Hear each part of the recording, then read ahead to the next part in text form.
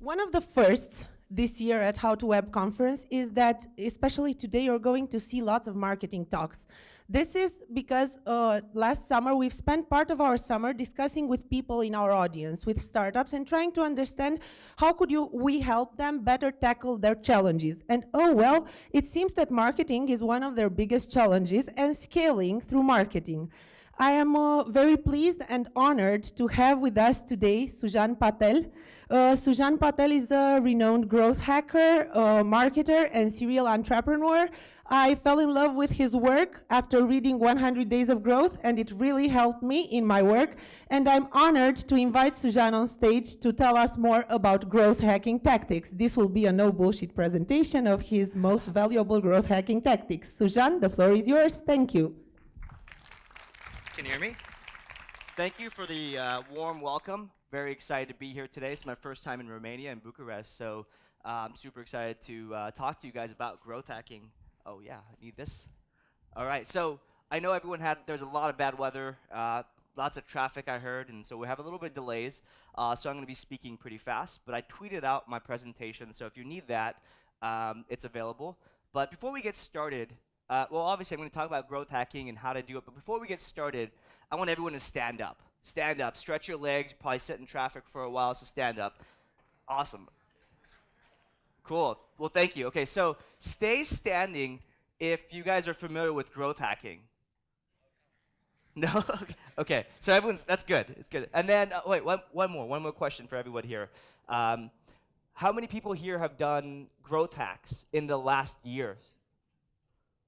Awesome, okay, cool. So this should be a great presentation. You're gonna learn a lot about, the presentation really kind of breaks down in 3 points. The fundamentals of growth hacking, who to work with around growth hacking, other parts of the staff of your company, and then 15 or so actionable tips. So a little bit about me. I've been doing digital marketing for 12 years. I ran a marketing agency called Single Grain, and I worked with lots of different startups, and I figured out a lot of different things of ways to help people grow. And essentially, I wrote a book on growth hacking called 100 Days of Growth, and it's a no BS, as Irina said, version of growth hacking. It's very, very tactical, things you can do. My goal today is to leave everybody with a handful of things they can leverage for growing their company. My goal actually is by the end of the year, so about 1 month, is for everyone to implement 2 growth hacks. So hopefully this presentation will teach you a few things you can do.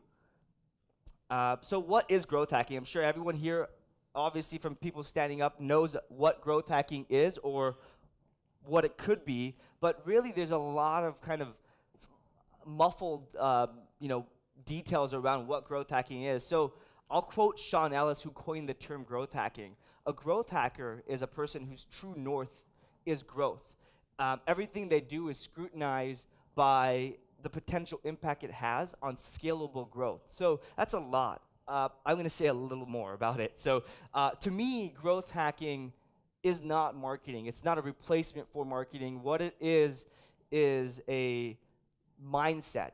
And really, it's a mindset for a fast-paced, no BS, data-driven, actionable approach to growth. And it's scalable, sustainable business growth. So it's not about gimmicks or tactics to kind of short-term gains. It's really a mindset of how you can rapidly grow and iterate on your product or company. So there's 6 pillars of growth hacking, and I want to kind of discuss a little bit about each one. So first and foremost, you can't do growth hacks without people, right? You need those people. They might be developers, they might be salespeople, they might be on your customer support team. There's a lot of different types of people that can help you implement the growth hacks. It might be marketers as well. So the next thing is tools, right? You need tools to A/B test, to CRO, to survey your customers, what have you. And then testable ideas, right? So without the ideas, you're not going to necessarily know what to actually test. And you want to have a list of ideas before you even think about growth hacking. Write all the ideas down and organize them based off what you think would be impactful. And then agility, right? So growth hacking is not this 12-month, 24-month marketing plan. It's very actionable, short-term kind of gains. So you need to be agile in what you do, what you kind of present, and how you go about doing it. And then data, right? So growth hacking is really, really data driven. Without data, you can't make any decisions, and your tests may be invalidated.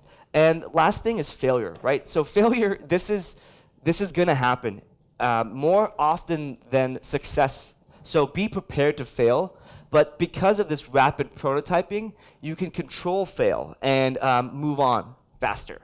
So some characteristics of a growth hacker, they're obviously data-driven, resilient, right? They have to be able to get back up after failure after failure after failure, because you're not going to have success the first time around. In fact, when I studied about 100 or so marketers or growth hacking practitioners, I found that the first three growth hacks or tests always fail, but it's okay as long as you can get to 4 and 5 and 6. So be prepared for failure. And the next thing is patience, right? So you have to be patient with growth hacking while the data is collecting, while the test is running. Whatever is happening, you need to be patient. Maybe during this time you can prepare for the next thing, but patience is a big thing. And then next is curious, right? So a curious mind is always going to be thinking about questions customers have, how you can reduce the friction, better ways to essentially do whatever you're doing in a more seamless fashion. And then next to that is creativity, right? You have to be essentially creative to think how you can solve your customers' problems or questions in a very creative way. And then growth obsessed and nimble. So both of those to me are very kind of hand in hand. Nimble being, you're not going to have a lot of resources. In fact, most of the time, you're doing growth hacks to prove out a bigger plan. You're proving out why you need a budget, that this is going to work. And so you have to be able to do these things very low cost, low budget, and fast. Okay, and another big thing about what makes a good growth hacker is being a T-shaped marketer. Essentially, this will make any good digital marketer. But if you're marketing in 2016 and 2015, you essentially need to know all types of marketing. You can't afford just to be super specialized, because your company has to leverage multiple facets of growth. So I'm going to talk to you a couple steps on how to get started. The first and foremost thing, step one, is to build a core team of growth advocates within your company. So, and I'll talk a little later about the different departments and people that you can work with, but essentially, you need to get everyone in your company and at least one point person per department bought in on growth hacking. Those guys are going to be your eyes and ears. They're going to be your voice. They're going to understand your customer and whatnot. And you need to get people that essentially can buy in on growth hacking so they can be your eyes and ears. The next thing is tools. Making room in your budget essentially for tools is very, very important, because tools help you deploy things faster, right? 5-10 years ago, marketing automation took development time. We didn't have the same tools like Intercom to do really quick marketing automation and set it up. The marketer couldn't do it themselves. They would have to write the emails, they'd have to send it to the developer, maybe hard-code it or whatnot. But essentially, tools make things faster and easier, so make sure you have room in your budget for those tools, and don't think because it's cheaper to do it, you can need to spend less. You might need to use some of the right tools. And be willing to hit the go button before you're perfect, right? So this is the biggest mistake I see people make, and I'm not saying launch at 50%. I'm not saying launch when it's not done, but don't wait around for things to be perfect. Don't wait around for it to be a sunny day in the summer to sell your beach apparel, right? You got to figure out, because you got to figure out the timing, you got to figure out the rhythm. So hit go before it's perfect. Not to say you shouldn't QA it, but you're never going to know until you get the data, you get the customers, you run the tests, and you get that data back. So make sure you do that. And then the next thing is test and measure everything. So I love qualitative data. I love talking to customers. I love seeing kind of surveying people. But really, the best way to get actionable kind of next steps is getting the data set from your test, your hypothesis. So make sure you test and measure everything. It's very, very important, because you're not going to know what happened. And build a culture of transparency. So what that means is kind of like the first step where I said advocates, growth advocates. As a whole, growth is addicting. When you talk about numbers, you talk about wins and losses and what you've learned about your customers, not just the marketing team loves that. The ops team, the social, the sales, customer support, everybody loves growth, right? You can see numbers, it's very addicting. So by creating a culture of transparency, you're gonna get everyone bought in on growth. And the last step is, again, be prepared for failure. You're going to fail, it's okay. Pick yourself back up, grab a drink maybe, take the weekend, and move on. And that's why it's important to have those testable ideas and a list of them before you get started, so you can go on to the next thing, failure after failure. And how to work, so the next part of the presentation is going to be how to work with other departments on growth hacking and who you can work with and how you can get that done. So first and foremost is sales. Sales is, if you're in a SaaS business or your enterprise, if you have a sales team, these are your eyes and ears. These guys or girls know your customer the best. They know it better than you. They get to talk to them on a probably regular basis. They get rejected. They get success. They hear about the customer's problems. They kind of hear all these things. And what I've learned is, by working hand in hand with sales, you get to hear what customers' problems are, what they like about your software, what they don't like. And it's not software alone. It could be anything. It could be e-commerce, whatnot. And why that's important is because they're essentially writing your marketing copy. You can take what your sales team tells you about their customers, or even kind of sit in on the conversation. I urge you to kind of learn more about your customer, and you're going to be able to turn that into marketing copy if you're the growth hacker or you're the marketing person. So there's also ways you're going to hear how they actually sell companies, right? So essentially, you might figure out ways of how they're converting people, and that might be something you can apply to the product and or the website, your marketing website. And that's the next thing, is working with the product team, right?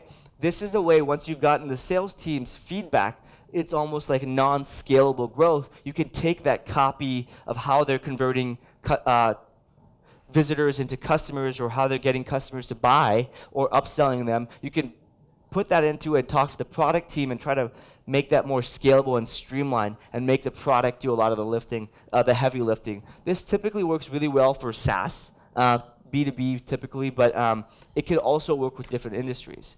And customer support. So this is my favorite group of people to work with because they hear all the problems. Of course, as a marketer or on the growth side, you probably hear only the good stuff. These guys hear your customers' problems, what issues they're having with your site. They may even get all the compliments too of what people love. So there's a lot of testimonials hidden within your chat logs or your support tickets, or even just talking to customer support. One of the things we do at wheniwork.com, the company I'm the VP of marketing for, we delight our customers. So anyone that has a customer support issue, we actually send them a "we're sorry" package, where it's a t-shirt and it's a "we're sorry" with a little sad face on it. And it just kind of lightens up people's mood. And we don't do this for everybody. We do this for the people we found that just are kind of having a bad day. And we could tell pretty easily, based off of like the severity of the problem or their tone via even, we don't even do phone support, it's only text-based, so email and live chat. We could tell just by text. And customer success. So NPS is one of my favorite tactics to leverage using the success team, and I'll get into a lot more detail there a little later. But essentially, your support team or success team and support team can help you get quotes, testimonials, even turn your customers into advocates. You can tell how many of your customers are going to be promoters using NPS, and who is going to be the people who are upset with you. And you leverage the NPS, again, I'll get into a lot more later, but leveraging NPS can help you turn your promoters into advocates and turn your customers that are unhappy with your product into support tickets and turn them back into advocates. And last but not least, development. You obviously need to work with development to deploy things. Again, if you're going to be doing growth hacking, it's good to have a one-to-one relationship with the individual developer. But then once those things pan out, you can scale it with a larger team. And here's for the good stuff. So I'm just going to talk 15 tactics you can do now or potentially leverage, and hoping everyone here gets 2 tactics that they leverage by the end of the year. I'm not 100% sure what's going to work for your business, but I wrote a whole book on 100 different tactics you could potentially leverage. So as I mentioned earlier, ideas or testable ideas, these are your testable ideas. So first and foremost, one of the things I leverage at my agency prior to joining When I Work, I ran a marketing agency and grew it from 0 to 45 clients or so, a few $1 million in revenue, and I did it based off t-shirts. And giving away free t-shirts was my marketing plan. Obviously doing good work and kind of building relationships was very important to the growth, but t-shirts was after I sold the company in 2014, after I kind of looked back at what happened post-mortem, I realized that t-shirts was the cause of the biggest growth. And so we were based in San Francisco, and there's a lot of startups there. Hopefully you guys all know this. There's a lot of startups there. Startups were our clients, and we just give away free t-shirts to anyone that was a customer of ours, our employees, our friends and family, and anyone that read our blog. And we just pretty much gave away about 2,000 t-shirts. And those 2,000 t-shirts landed us TurboTax, Mint.com, Salesforce, and many more, just because the people wearing the t-shirts were employees or friends of employees of the company. So our brand was close in mind. And so when we did sales calls or potentially try to close a customer or even just start a conversation, people were like, oh, I've heard of you guys. Secretly, we didn't do any real marketing, but when I kind of dissected the conversation, it came from t-shirts. So another way you can use t-shirts is when somebody signs up for your service or becomes a customer, you can delight your customers. Anyone here a Buffer customer? Okay, cool. So you probably have seen how Buffer uses customer delight, and they send a free t-shirt. They send a thank you card and things like that. It turns your customers from becoming a customer to an advocate, and it's a great way to get advocates and get your brand across. So the next thing is Hero. So Hero is an open opportunity for you to, this is not as much growth as this is PR. It's an open opportunity for you to connect with journalists. So Hero, there's journalists and publishers all the time asking for real life quotes or examples from industry experts. All you gotta do is subscribe to their email list and respond. It's that easy, and you can get quoted in big time publications. And if you're a bootstrap or early stage startup, this is a good way to start your PR efforts. You don't even need a PR agency, very low cost. All right, the education-based drip campaign. So one of the things most companies have, or SaaS companies have problems with, is activation. So they got a visitor, they turn them into a trial, they're interested, they get them into their product, and then they get stuck. The next ask is too big, or it's too complicated, it requires changing someone's habit. Well, here's where drip campaigns can come into place. I recommend at least in the first 7 days you touch an audience 3 or 4 times. Now, touch meaning 1 email. So 3 to 4 emails within the first 7 days, and no more than 10 in the lifetime of that trial. After that, you kind of get them into more of like a blog RSS or something like that, a newsletter that you're not hitting them so often. So that's a great way to keep people in contact with your brand and getting them back from when they dropped off to the next step. And your email should be focused on very actionable things. What I'd like to do is in these emails talk about the how, and then underneath that use social proof like case studies, customer testimonials, or even PR mentions. So you're talking about the how and then how other people are leveraging. So it's a great way just to have that proof and get people back over that hurdle of activation. Like I mentioned this before, a handwritten thank you card. At wheniwork.com, we send all of our customers that sign up a handwritten thank you card. It's actually signed off from the salesperson that they talk to. We actually draw their logo on there, so it's very, very personalized. And we asked them, we did a simple thing. We asked them to share it on social media. And we get 17% of people we send thank you cards share it on social media. And a third of our new business comes from word of mouth. And this, believe it or not, these thank you cards and them sharing on social media to their audience is a big part of it. I'm actually A/B testing physical copy on thank you cards now, saying I'm playing around with kind of funny content, but essentially the text says, feel free to scream this from the rooftops, or or you can just share it on Facebook or something like that, and we get, again, 17%. Again, social proof is such a big thing. It's not enough to tell people what your company does or how you can help them. You need social proof because there's 5 other softwares right around the corner. So make sure you include social proof. In fact, social proof is so impactful that on landing pages, some companies can even get away with just social proof. So it's not even talking about your product. It's just talking about how your customer uses your product, or how your customers save time, money, what have you, whatever your value prop is. Another thing is, and you can get this a lot from your sales and support team, is create tools that help your customers solve problems. So what that means is, well, first you got to figure out what their problems are. And I'm not saying what their problems are with your product or what your service is or what you actually sell. I'm talking about what their problems in life are. Right? HubSpot does a really, really good job of this. They, with their content marketing, inbound marketing now, content marketing, they did ebooks, checklists, all types of downloadable content, essentially selling to their customers, which are marketers or CEOs or, the marketing or sales arm of a department. And essentially, they got one step closer to their inbox, one step closer to the sale by just giving free tools. We do this at When I Work. We're a scheduling software. Instead of getting people all the way to our SaaS business, what we do is we offer a free Excel template. That's what most people currently use. And so instead of changing people's habit from going from low tech from Excel to our software and using the web and mobile, we just get them onto a middle step. And then our email drip campaign sells them to a customer. So you could do things very, very simple like that. And a personalized call to action is very, very important, right? This is not, you can't just say get started. Most companies do say get started, sign up. Tell them why.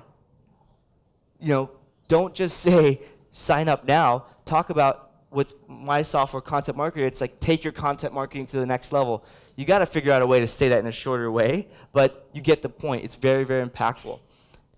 Surprise first. So if you're trying to secure guest posts is just still a great way to get your word out, to get press, or get featured on other publications, and build your audience as well as links for SEO purposes. You can do guest posts. But what I like to do is, instead of just going out and asking for guest posts at random sites, or sites you want to go after, what I do is I actually contact those sites. I suck up to them. I flatter them. I love your blog, or I send them an email essentially thanking them or mentioning that I quoted them. So I'll mention them. I'll write an article about my favorite blogs, and then strategically I'll reach out to all of them and say I mentioned you, and then I'll ask for a guest post, or I'll build that relationship and ask for a guest post or something later. So your give to ask ratio should be 2 to 1, meaning you're giving twice as much as you're asking. And the promise, not the feature, right? So this is such an important thing. The promise is what your solution is, what you can do, how much time you're going to save, how much money you're going to save, what your feature helps people do, and the impact it has, not necessarily the 5 features of your product. It doesn't matter about the features you have. It matters about solving your customers' problems, because frankly, people don't care about what you have to offer. They don't care about you. They care about themselves, and how your service could make their lives better is how you can sell them. Again, make their lives better, nothing about you. And get right to the point. So there's a trend in marketing where it used to be a few years ago long. It's comfortable. It's just. That long landing pages, but now short landing pages work really well. So get to the point, have a call to action. I would suggest cutting, as an A/B test, cut everything below the social proof on your site and see if that converts better. I don't know what they're saying. Hopefully it's good. We can hear you. All right, so cool.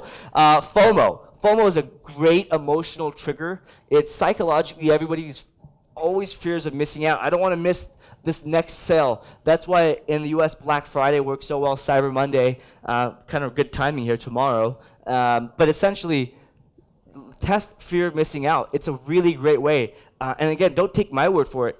Test it and prove it out for yourself. Live chat is a great tool to use specifically during checkout. So when you ask people to pull their credit card out or their wallet out to pay you money, that's when people are going to start to have doubt. They probably have a little bit of doubt, but this doubt now may be a friction point preventing them from moving forward. So adding a live checkout live chat during that checkout could help you drastically increase your conversion rate. And frankly, it'll tell you what that page is missing, what questions you can answer. Maybe there's an FAQ, or maybe there's social proof and things like that you can add. And I'll speed it up so I can leave it up for some Q&A. The progress bar, right? This is such an easy way for people to get to know where they are. And if they're 4 steps into a 7-step process, they're past 50%.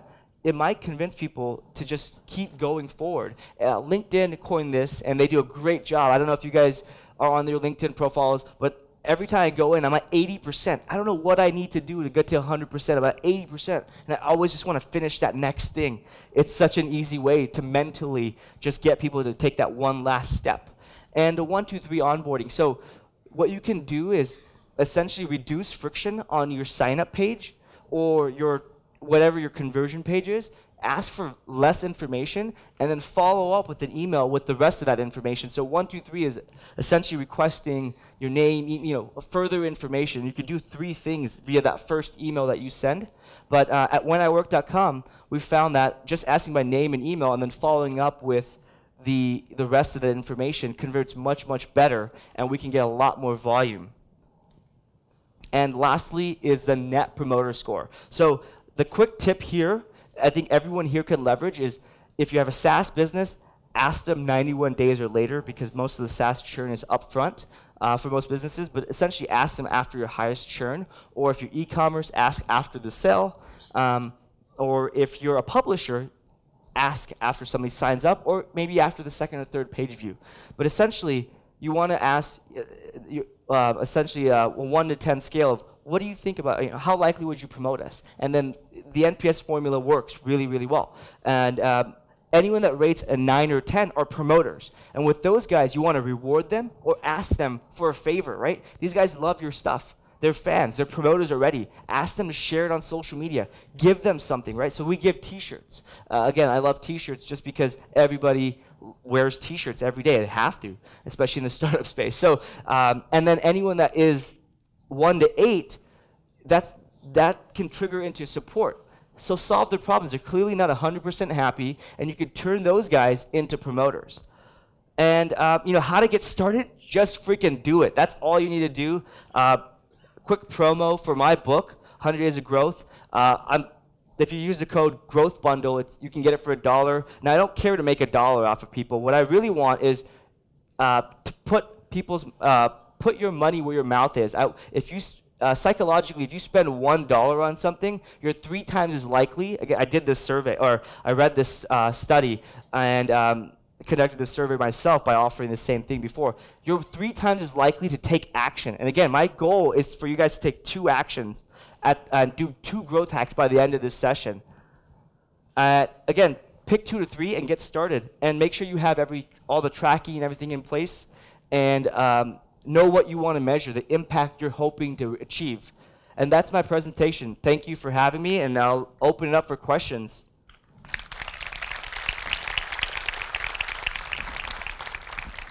Thank you very much, Sujan. So, any questions? We've got one question over there. And one microphone coming to you. Hello, Sujan. This is Paul Dragos from Bearing Point. I have a question to you regarding to strategy 14. Could you please elaborate once again? Why do you think tactic number 14 is actually useful? Tactic number 14. Yeah, 1, 2, 3. Yeah, so why I like that tactic particularly is that it reduces friction up front. So instead of asking a lot more information about your customer, and again, this works particularly well for B2B SaaS or SaaS in general, is it reduces the friction from the early point in the entry point, and it adds it as a second step. So you have to figure out whether this is going to work for yourself or not.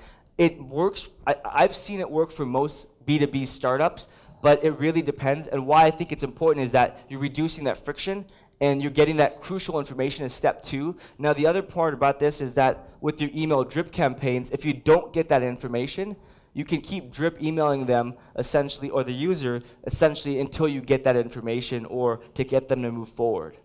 But at least you have that, at least they've taken the first step towards that. Does that answer your question? Yep. Another question for Sujan here.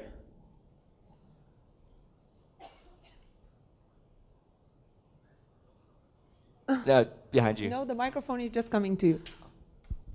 Hello, so my name is Adrian Marza, and I came here on behalf of Mozilla, but I'm asking a general question.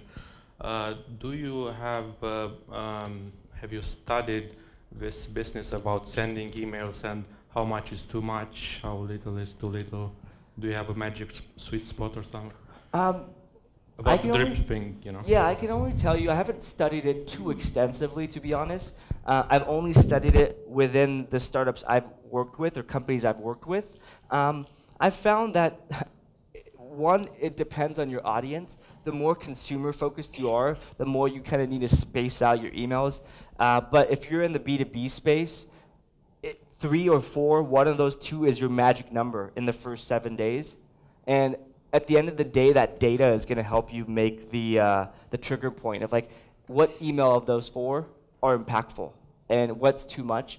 And it's important when you get feedback to take that feedback with the overall measurement. So how many emails are you sending and how many people are saying this is too much or taking action, so counter that. But 10 to 12 emails in a 30-day period is the max I would recommend sending. Otherwise, you're just annoying people. Thank you very much, Yeah. Sujan. Unfortunately, we don't have any time left for further questions, but Sujan is going to be here for the next 2 days, so you can approach him at networking. Thank you very much. Thank you, everyone.